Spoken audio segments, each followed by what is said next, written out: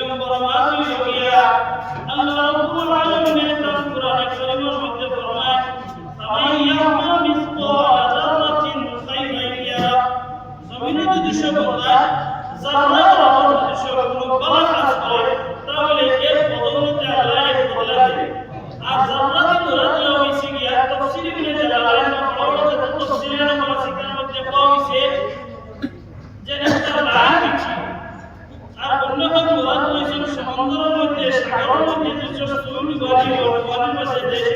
পানি উঠে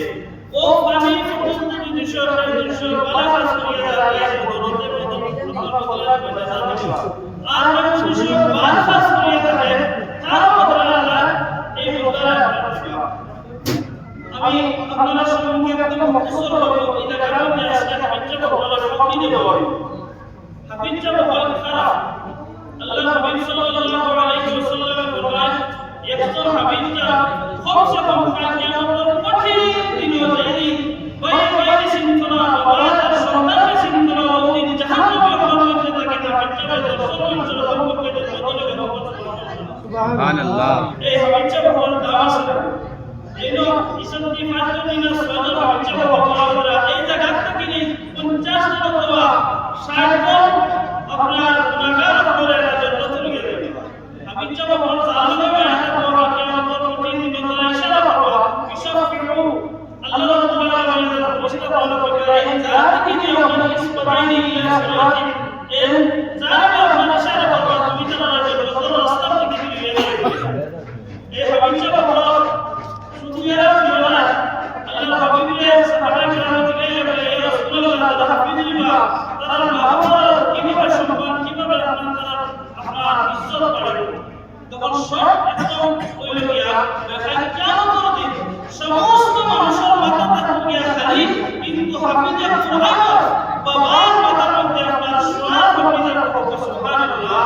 পৃথিবীর সমস্ত নারীদের পেটটা গিয়া বলবো কিন্তু হাফিজে কুরআনের মান পেটটা আছে এটা আপনার সোনা দিয়ে গড়া সুবহানাল্লাহ এর দাম আছে না আল্লাহ রাসূল সাল্লাল্লাহু আলাইহি ওয়াসাল্লাম ফরমান তুমি যে পাঁচটা জিনিসের মধ্যে থাকো ভালো তোমরা ভালো মানুষ বলিয়া সাই ব্যস্ত রইবা রাসূলুল্লাহ ফরমান কুরআন আলিমান তুমি যারা আলিম বলে যাও গিয়া আও মুতাআল্লিমান অথবা তুমি যারা আলিমের দ্বারা শাগিদ বলে যাও গিয়া আলিমের ছাত্র বলে যাও গিয়া আও মুতাবিআও মুহিব্বান অথবা আলিমের অথবা আলিমের ছাত্রদের দ্বারা সন্তানকে তুমি যারা কিতাব ভালোবাসা মহব্বত করো